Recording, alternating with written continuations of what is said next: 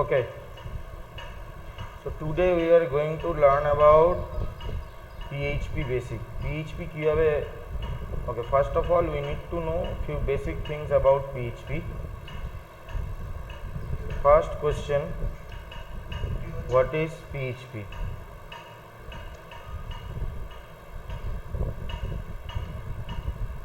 PHP stands for PHP Hypertext Preprocessor. Okay, it is a server-side scripting language.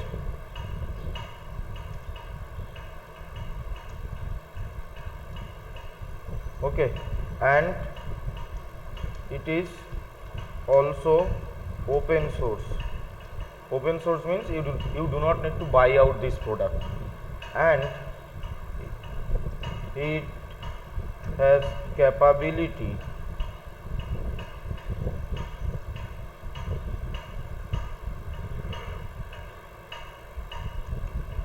to talk with database like MySQL, SQLite, Oracle, etc. It is also known as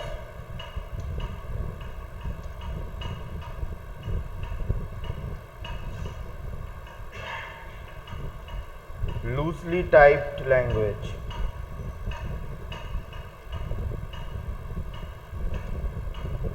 Why it is called loosely typed language? Now this is an interview question, because in PHP we need to declare $sign before a variable name to declare it. PHP তে variable declare করতে গেলে variable declare করতে হয় by $sign, but we do not need to declare the data type of the variable.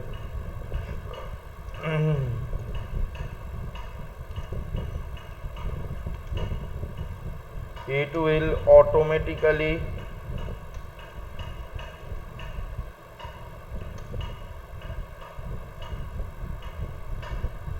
create the data type depends on the value. Okay, that means variable এর ভ্যালুর উপর depend করে automatically ও data টাইপটাকে declare করে নেয়। PHP তে আমরা variable declare করব এইভাবে $x equals to 10 onto the next line if we write $x equals to up to, then in both cases as you can see we are not specifying any data type. Like in C or Java we need to declare int, float, or exactly string, all those data type we need to declare before declaring a variable. But as you can see here we do not need to declare the data type, only the variable name along with the $keyword and the value. And when PHP interpreter executes this statement, it will implicitly generate the data type at runtime. So those kind of language where data type are not needed to be declared, that is called loosely typed language. And those variable are called anonymous variable, because this variable doesn't have any particular data type. It will be judged and decided by the programming language at the execution of the time. Clear? There are some built-in array variable in PHP which is also known as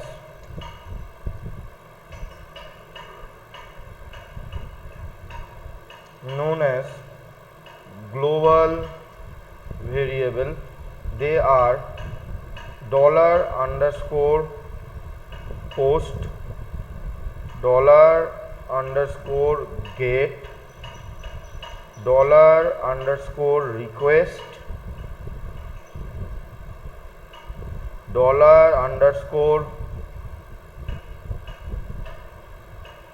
$session, $cookies,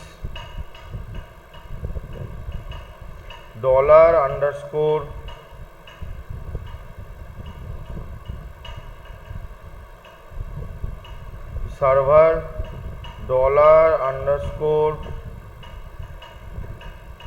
env environment dollar underscore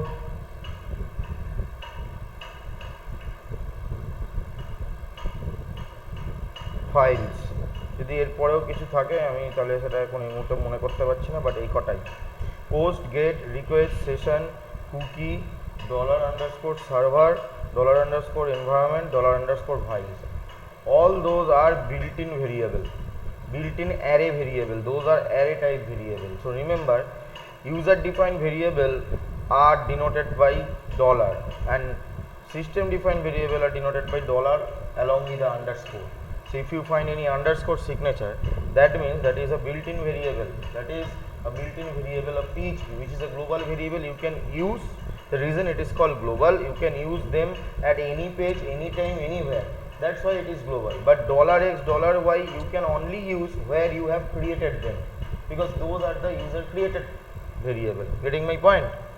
So those are specific global variable, so we can use them as per our choice, but they have assigned a specific job to done, right? For example, dollar underscore post is basically used whenever you sending the data using post method in form tag. Whenever you are using get method, for that dollar underscore get, dollar underscore request for both post get and cookies. Okay, that means no matter what the method is, get or post, dollar underscore request is applicable for both of them. Dollar underscore cookie for creating and retrieving the cookie, same as for session for creating manipulating session. Dollar underscore server used to return the essential information about the server configuration, which is the server, which is the server location, what is the IP address that client is coming up, etc, etc. Dollar underscore environment, later on you will get to know about the environment variables. Dollar underscore files for uploading the files, what kind of file you are trying to upload, what is the size of the file, what is the name of the file, what is the extension of the file, the essential and necessity thing about the file that developer wants to upload from using PHP. Got my point? So those are the things. Today we are going to know about the client server architecture in web, which is very important actually. So here we are opening up MS Paint, which is going to be very helpful in order to learn about the client server architecture. Say for example, this is a browser. Say for example, this one is the web server. Say for example, here is the database. This is the main architecture. This architecture is famously known as three-tier architecture. People call it three-tier architecture, people call it MVC architecture, people call it distributed architecture. It has a many name, but the main thing is very simple, how it communicate actually, right? So let it be the database. Come on.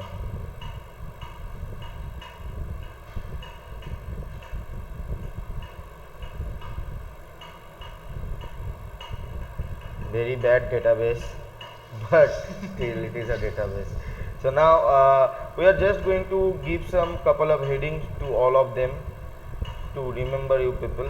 This one is the browser probably. This is the browser. This one is the web server. And this one is the database server. Or we can say this one is the database. Okay, so now what is the architecture?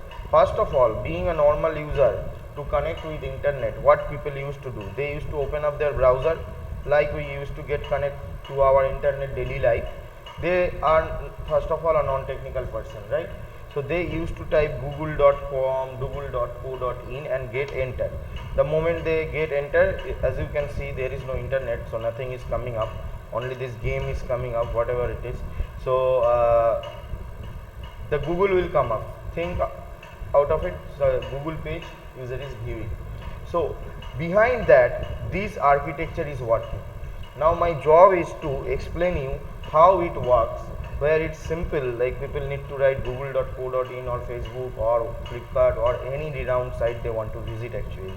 So now the question is how it works. First of all, the client came, they hit onto the browser. That means client sending some request. Those requests are captured by browser and sent to the server, from the browser to the server. Okay, so first of all, here is the thing: client made the request through the browser, and browser carry forwarded it to server using HTTP request protocol. That means server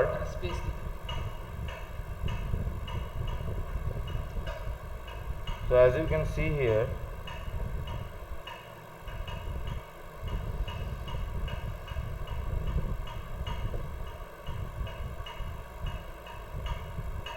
okay, client made the request through the browser and browser carry forwarded it to the server using HTTP request protocol.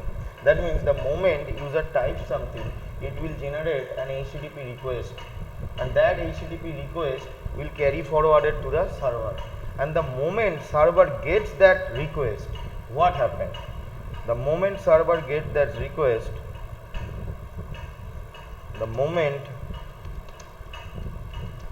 server receives the request, then start processing it and create the response in plain text/HTML format and return back to the browser. Getting my point? What happened? এখান থেকে যখন HTTP রিকোয়েস্টটা গেল, server HTTP রিকোয়েস্টটাকে যেই পেয়ে যাবে, processing শুরু করবে। Processing শুরু করে তৈরি কি করবে? একটা প্লেন text/HTML করে ওই HTMLটাকে ঠেলে পাঠিয়ে দেবে ব্রাউজারে। ব্রাউজার যেই HTML পাবে, সঙ্গে সঙ্গে HTMLটাকে ফুটিয়ে তুলবে আউটপুট হিসাবে। তার মানে যে HTTP রিকোয়েস্টটা গেল, সেটা ওয়েব সার্ভার রিসিভ করলো, করে ওয়েব সার্ভারে কিছু আমাকে বিজনেস লজিক লিখে রাখতে হবে যে কিরম ধরনের রেসপন্স তুমি তৈরি করবে। সেই রেসপন্স লেখাটাই আমরা PHP দিয়ে লিখবো। তার উপর ডিপেন্ড করে ওয়েব সার্ভার একটা HTML ফরম্যাট তৈরি করে ঠেলে পাঠিয়ে দেবে। সেই HTML ফরম্যাটটা ব্রাউজার আউটপুট হিসাবে ফুটিয়ে তুলবে। এবার এই ওয়েব সার্ভারের কাছে যে রিকোয়েস্টটা আসবে, সেই রিকোয়েস্টটাকে প্রসেস করে রেসপন্সটা তৈরি করার জন্য যদি ডেটাবেস থেকে কোনো ডেটা রিট্রিভ বা ইনসার্ট বা ডিলিট বা আপডেট করতে হয়, তাহলে ডেটাবেসে যাবে। কথাটা বোঝা গেছে? আর যদি না হয় তাহলে ও ওখান থেকেই রিটার্ন করে দেবে। But ultimately end of the day browser কি দেখতে পাবে? Plane text/HTML। কেন ব্রাউজার HTML ছাড়া কিচ্ছু বোঝে না, which is hypertext markup language. It is neither scripting language nor programming language. It's a markup language. Markup language means whatever you write, whatever you mark, that will available as a graphics. Okay, so that means আমি যা code লিখছি, আমি যখন কোনো Google কিংবা কোনো professional ওয়েবসাইটে view সোর্সটা দেখি, আমি শুধু তার text/HTML পোর্শনটাই দেখি, অ্যাকচুয়াল বিজনেস লজিকটা দেখতে পাই না। কারণ সার্ভার সেটা প্রসেস করে হাইড করে text/HTML করেই পাঠিয়ে দেয়। কথাটা বোঝা গেল? তার মানে বলতে পারো সার্ভার ইজ সাচ পারসন যাকে তুমি যদি ডেটা পাঠাও, তাহলে সে তোমাকে HTML পাঠাবে, এবং ওই HTMLটা তৈরি করবার জন্য যে ডেটাগুলোর দরকার, সেই ডেটাগুলো যদি ডেটাবেস থেকে রিট্রিভ করতে হয় বা ডিলিট করতে হয় বা মডিফাই করতে হয়, তার জন্য সে ডেটাবেসে যাবে। তো as simple as that, this is the next stage actually to process the response. Web server may communicate with database. So these are the architecture actually. So it's time to get it to know very clearly. So this is the way it is doing actually. This is the first one. So now what you need to do is this: just have a shift,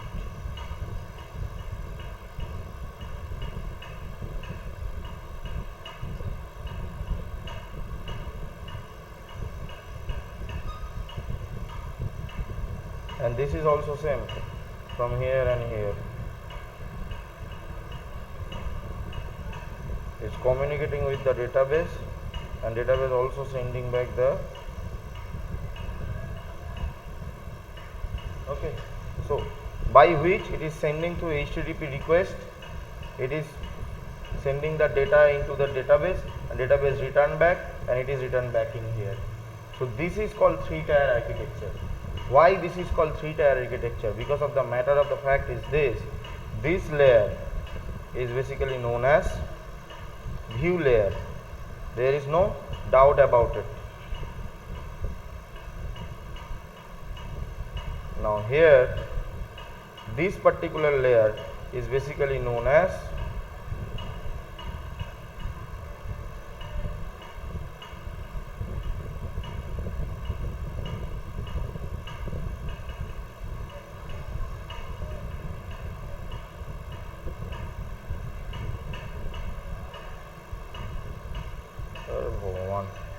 business logic layer, and this layer is basically known as data layer. Three-tier architecture actually consisting of three segments. One is view or presentation layer, second is business logic layer, third one is data layer. And as you can see in the picture, it is very clear. This is the view layer, this is all is the business logic layer, and this is all is the data layer.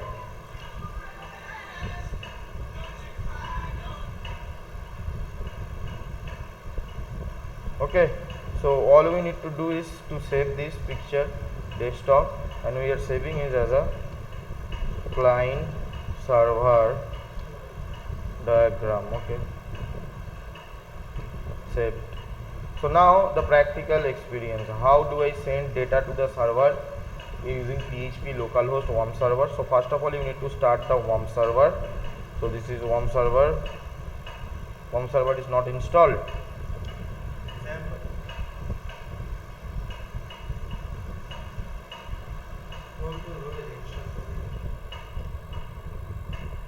XAMPP control panel, you need to start, all are starting already, Apache and MySQL, no issues, you can go by XAMPP as well, not a big deal. So okay, so what next we need to do is this, we need to open up Adobe Dreamweaver. So Adobe Dreamweaver, ping it here.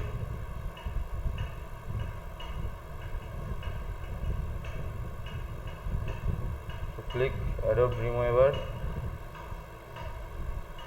So here we are going to create a small HTML page. Okay, so go to file, go to new, have a HTML page, and then click on create. So this is all we done.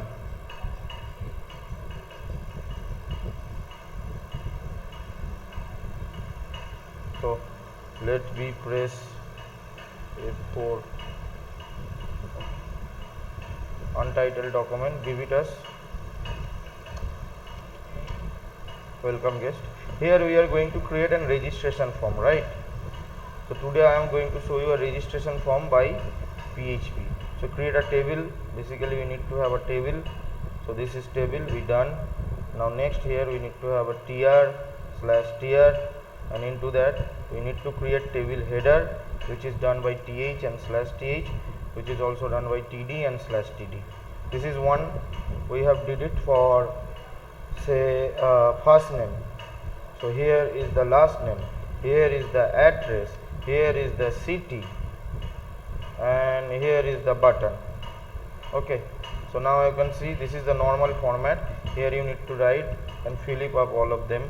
So this is first name, and this would be the last name, this would be the address where user supposed to type their address, right? Sorry, this is address. After address, here we are going to do the city, and here will be the button. But for button we are not going to write this is button, this is obvious, we are not going to do. Now here what you need to do, you need to create an input type. So input type text, you need to provide a name, we provide the name as fname. We need to provide an ID, we provide the ID as same as the name, and here we are providing the placeholder, that is enter first name here. and you need to write the required tag. What is the utility of placeholder and required tag? The utility of placeholder and required tag, first of all, these two things are coming from HTML5. If you have HTML4 enabled browser, in that case there is a chance of not executing placeholder and required. But nowadays, as because all of the browser are HTML5 enabled and placeholder and required as such regular used thing in website, it will be supported, so there will be no doubt about it. Earlier, first of all, I am explaining what is required. If you give this input type text fname blank, that means if user didn't provide the value of the first name, they didn't provide the first name, then it will never let you go the form to be submitted automatically. Earlier we need to write a long JavaScript to fix that, whether it is blank then alert this, but right now you just write required and rest of the thing will be automatically done. And now what is placeholder? Placeholder is more like hint in Android, text hint. The moment you are hinting something, that will be available on the text box. So here you need to write your name. The moment you click, it will be gone. So that is the required and placeholder. The same thing will be applied for last name. So nothing extraordinary. Input, here you need to write input type text. Here you need to provide the name, we provided lname. Here you need to provide the ID, we provided lname. Here you need to provide the placeholder, last name. So be careful on that, last name. And here is the required tag. We done. Now here is the address. Now the difference between first name, last name and address is, address may have multiple lines, but first name, last name do not have multiple lines. So for that we are going to create text area, and text area is consisting of two things. One is rows, another one is columns, and then the name, then the ID, then the placeholder, and then the required tag, and you need to close the text area. This is a paired tag. This is not a non-paired tag. Earlier input type text was a non-paired tag. Non-paired tag means it is open and closed within a same tag, but it is a paired tag. Text area is open and now slash text area is closed, and in between here whatever you write, that will available as a value of text area. Getting my point? So now here you need to provide the rows. We provide the number of rows, sorry about. So number of rows we used to provide here.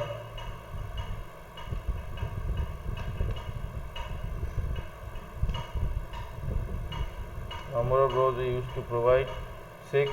Number of columns we used to provide 20. Name we used to provide add.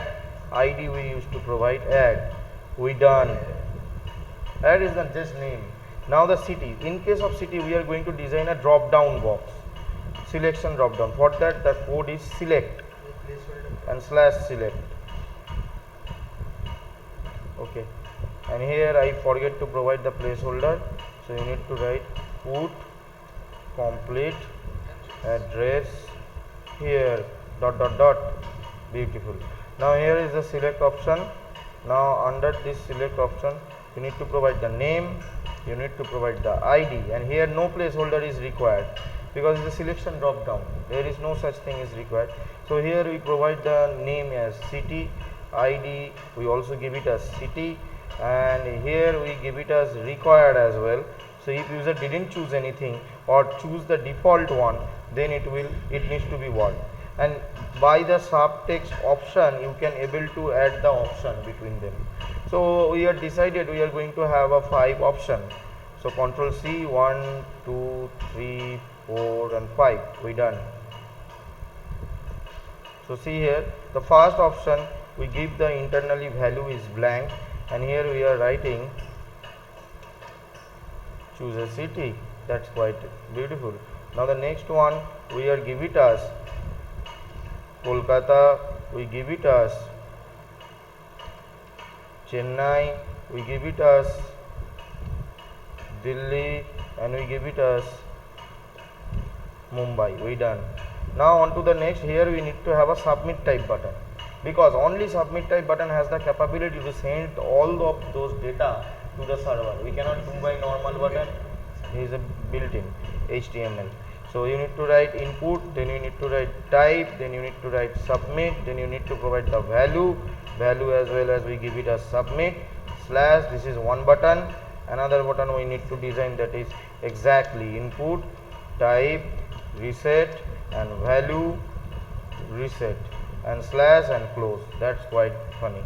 So now the entire thing you need to provide, you need to save it first. So now go to file and click on save all option, and where you need to save, if you have XAMPP, then always remember you need to save those things C XAMPP HT docs. That is the location where you need to save. In case of if you have WAMP, then you need to save C WAMP www. This is another location. Okay, I prefer to go by WAMP because recent WAMP support PHP 5 latest versions. So on next day hopefully you should install WAMP. Okay, so now go to C. Here is the XAMPP option. We have the HT docs. This is the HT docs. Here everything whatever we did. Okay, it is already saved by date name. It is quite like my fashion of doing things. So new folder. Here it is 2309/2015, and if you want to make any page as a startup page, then what you need to write, you need to give the name as index followed by whatever HTML or JSP, doesn't matter. But if you said index, it will be automatically set as a start page. Got my point? So now here we need to save it. It is saved as a index.html. Now it's time to run. So how to run it? You need to write localhost / enter. The moment you type localhost, you see it's taking us to the Perl, Ruby, MySQL and Apache, and dashboard we really don't want to go. Here you need to write 09/2015 and enter. Oh, maybe the folder we select is not by this name, htdocs 20. Oh, sorry guys, I forget to provide the dot actually. Index.html.html. What the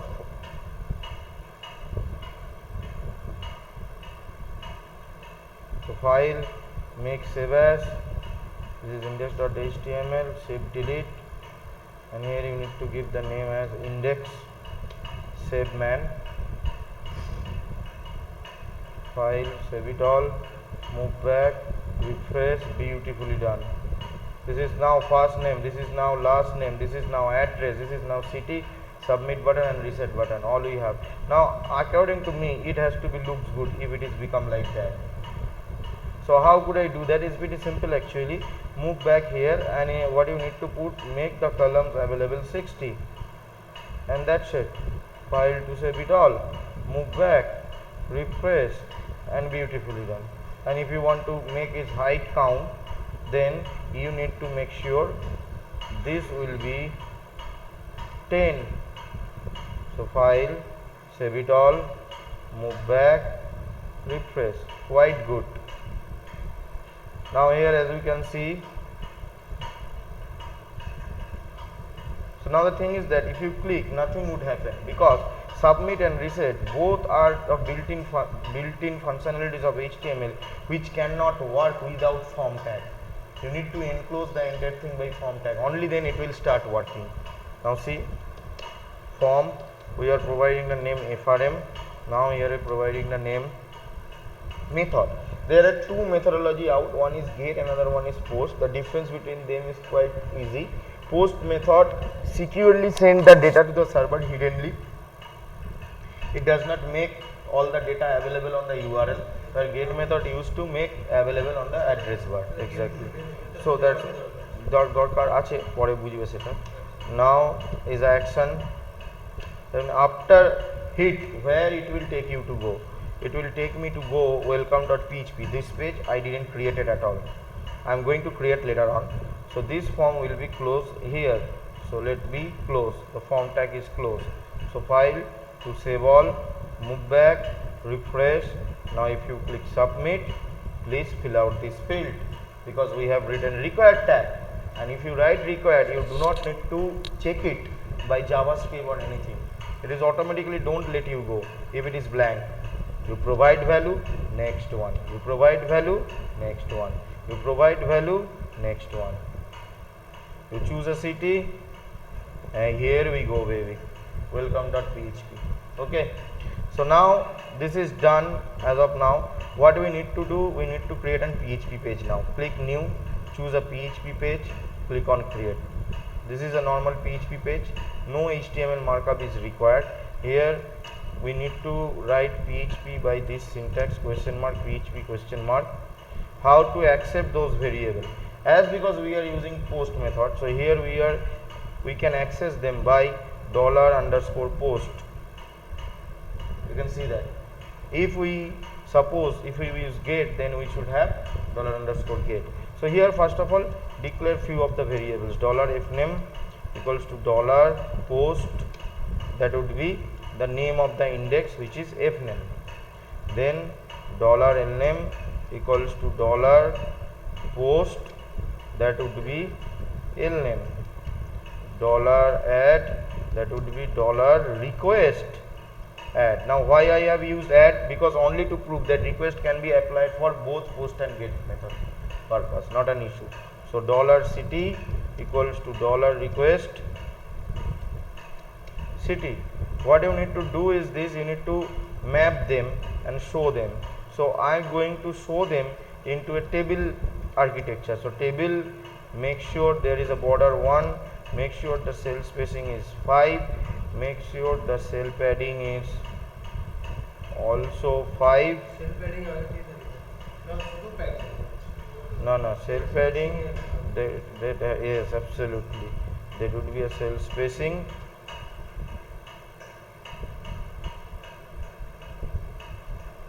Now slash table, here I want to show the output in table format. So here I am again creating one more table. This is a tr where I am going to make sure what kind of data I want to show here. I here going to show name, I here going to show the address, I am here to going to show the city. So here we go, name,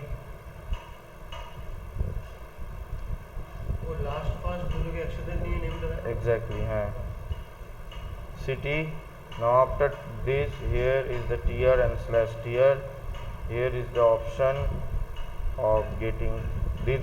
Here the first name and last name concat will show, and here the address show. So here what you need to do, question mark php and question mark echo $fname dot space dot $lname semicolon. Now here we are going to show the address. So question mark php question mark echo $add. Now question mark, and this it would be echo $city semicolon. Actually we have done, and here we need to save it as welcome, so it will be saved by welcome.php. and after the table, here we have a ahref option which will browse and connect with the index.html, and here we are writing back. So I think it's done proper way, just need to rerun it, refresh.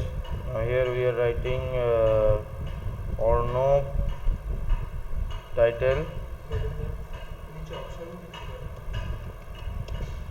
address Srirampur, that is Kolkata, and submit. That's beautiful. Name Arnab Majumdar, address city Kolkata.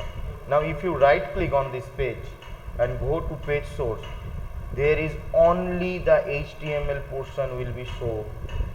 That means you cannot get the PHP code at all, because web server is such thing, if you provide him data, he will make sure he will return text/html. So by copying this particular code, you will be able to have this particular look like website, but the functionality will be not there. If you go and change the data, if you provide Arnab Mukherjee instead of Mojumdar and repost the value, that will be changed immediately. So this is a dynamic thing, and if you click back, it goes back. And the important, the reset is automatically working. For that we didn't need to write any code or anything. Got my point? So this is a simple form validation in PHP. You're supposed to provide all of the data, then you need to click submit, then data will be submitted to the server. Okay, so this is the first tutorial. Now I am going to save it.